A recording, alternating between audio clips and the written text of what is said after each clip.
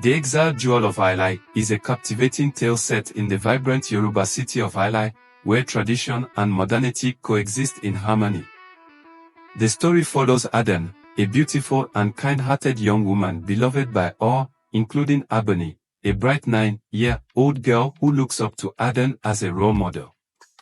As Adun prepares for her marriage to Teyo, her fiancé who drives a sleek luxury sedan, the sacred amulet protecting the city mysteriously vanishes, plunging Ilé into turmoil. Amidst the chaos, Kemi, Adun's envious childhood friend, falsely accuses her of stealing the amulet, leading to her unjust exile from the city she loves. As Ilé begins to suffer under the weight of this misfortune, Teyo, filled with guilt, drives across the city in search of the truth, accompanied by his loyal niece, Adun, who provides him with unexpected insights. Guided by visions from the wise priestess Ayé, Adun returns to the city, where the true thief is revealed, and the city is restored to its former glory. In the heart of Ilé, a vibrant Yoruba city where tradition and modernity coexist, lived Adun, a beautiful and kind-hearted young woman. Adun was beloved by all, including her fiancé, Teyo, a strong and loyal man who was well respected in the city. The city of Ilé was known for its rich cultural heritage, evident in its bustling markets, grand mansions, and sacred shrines. Adun's life was one of joy and purpose, as she prepared for her upcoming marriage to Teyo. Among the people who admired Adun was Adun, a bright and curious 9-year-old girl. Adun, Teyo's niece, looked up to Adun with admiration, often accompanying her on errands throughout the city. Their bond was strong, with Adun viewing Adun as both a role model and a sister figure. Together, they would explore the vibrant market of Ilé, where the air was thick with the scent of fresh fruits, spices, and the sounds of traders calling out their wares. One day, as the city prepared for the annual festival, tragedy struck. The sacred amulet, a symbol of Ilé's prosperity and protection, vanished from the shrine in the ancient palace. The amulet was believed to hold the power to protect the city from harm, and its disappearance sent shockwaves through the community. The once bustling city was plunged into fear and uncertainty, with whispers of who could be responsible. Beo, the wise and respected chief of Ilé, called an urgent meeting in the palace. The palace, a grand structure adorned with ancient carvings and symbolic art, was filled with the city's elders, all dressed in their finest traditional attire. Beo, draped in a majestic agbada, stood at the head of the room, his face etched with concern. "Whoever has taken the sacred amulet must return it," Beo declared, his deep voice resonating through the hall. Ilé cannot survive without its protection. The tension in the room was palpable. The elders exchanged worried glances, unsure of what to do. It was then that Kemi, Adun's childhood friend, stepped forward. Kemi, who had always harbored envy towards Adun, saw this as her chance to strike. With a trembling voice, she pointed at Adun and accused her of stealing the amulet. "It was Adun," Kemi said, her voice laced with malice. "I saw her near the shrine the night the amulet disappeared." Gasp filled the room as all eyes turned to Adun. She stood tall, her radiant complexion glowing against her vibrant iro and buba, adorned with coral beads. Her heart pounded in her chest, but she maintained her composure. "I would never betray my people," Adun said firmly, her voice steady but filled with heart. "I love Ilé with all my heart." But Kemi's accusation had already sown seeds of doubt. The elders, driven by fear and uncertainty, began to murmur amongst themselves. Beo, who had always prided himself on fairness, found himself torn. The pressure from the council and the weight of the city's expectations weighed heavily on him. After a long, tense silence, Beo made his decision. "Adun," he said, his voice heavy with sorrow, "until the truth is revealed, you must leave Ilé. You are banished." The words struck Adun like a blow. She looked around at the faces of the people she had known all her life, searching for some sign of support. But even Teyo, her beloved fiancé, stood silent, his face a mask of pain and confusion. The weight of the false accusation bore down on him, paralyzing him with doubt. With a heavy heart, Adun turned and left the palace. As she walked through the streets, the city that once felt like home now seemed foreign and hostile. The market stalls, once bustling with activity, were now silent as people averted their eyes from her.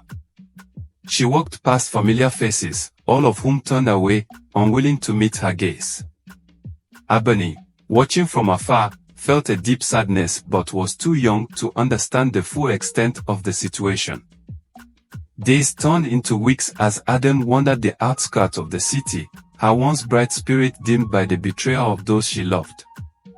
She took refuge in a small, secluded shrine near the river, praying daily for the gods to reveal the truth. The city of Ilé began to suffer in her absence. The markets grew empty, the crops in the surrounding field withered, and the once thriving city became a shadow of its former self. Meanwhile, Teyo was tormented by guilt and confusion. Unable to shake the feeling that something was amiss, he began to investigate the events leading to Adun's exile. He spoke with anyone who might have seen something that night, determined to find the truth. His young niece, Ebony, often accompanied him on these trips, her innocent questions sometimes revealing new insights. The two of them would drive through the streets of Ilé in Teyo's sleek, black luxury sedan, discussing the events and seeking answers. As Teyo's investigation deepened, he began to see cracks in Kemi's story. One evening, after a particularly long day of searching, Teyo and Ebony drove to visit Aya, the wise priestess of Ilé. Aya, a stately woman with a face lined with wisdom, was known for her spiritual insights and calm demeanor. In the dim light of her shrine, surrounded by ancient sculptures and sacred symbols, Aya listened to Teyo's concerns. "The gods have not abandoned us," Aya said, her voice calm and soothing. "Adun is innocent. The truth will soon be revealed. Teyo, you must bring her back to Ilé." That night, as Adun rested by the river, she had a vision. Aya appeared to her, her figure glowing in the moonlight. "Adun," Aya said, her voice soft yet powerful, "the gods have heard your prayers. Return to Ilé. The truth is ready to be revealed." With renewed strength, Adun adorned herself in her finest traditional attire and made her way back to the city at dawn. As she walked through the streets, the early morning light cast a golden hue over the city, and the people, weakened and desperate, did not protest her return.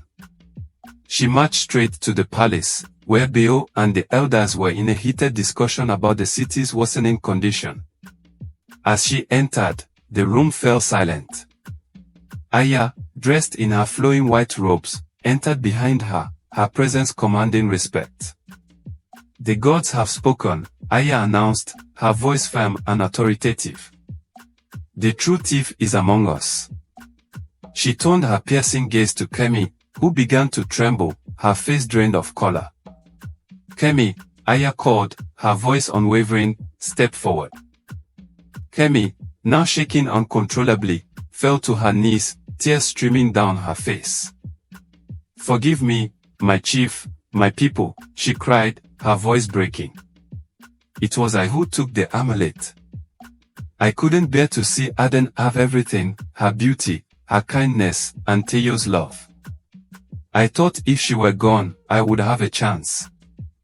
I hid the amulet in a place where no one would find it." The elders erupted in anger, their voices rising in a cacophony of condemnation.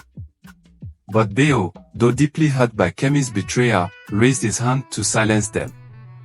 "Kemi," he said, his voice filled with sorrow, "you have brought great suffering upon Ilé.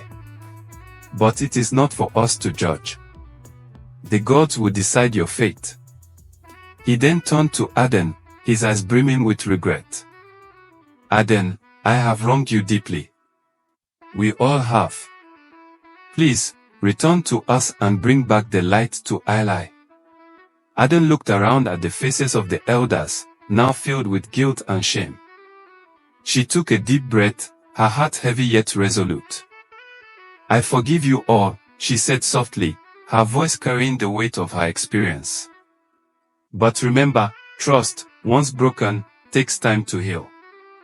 I will return, but let this be a lesson to all: envy destroys, and only truth can bring healing." The amulet was returned to the shrine that evening, and slowly, the city began to recover. The market buzzed back to life, the fields grew green again, and the people, though scarred by the experience, found a renewed sense of unity. Adun and Theo were soon married in a grand celebration that brought the city together, with Ebony playing a special role as a flower girl, symbolizing the hope and renewal of Ilé. As the years passed, the story of Adun's exile and return was passed down through generations as a reminder of the power of truth, love, and forgiveness. Adun lived the rest of her days as a cherished figure in Ilé, her wisdom and strength leaving a lasting legacy for those who came after. Thank you for joining us on this incredible journey. Don't forget to like, share, and subscribe for more captivating stories that inspire, entertain, and transport you to worlds of wonder.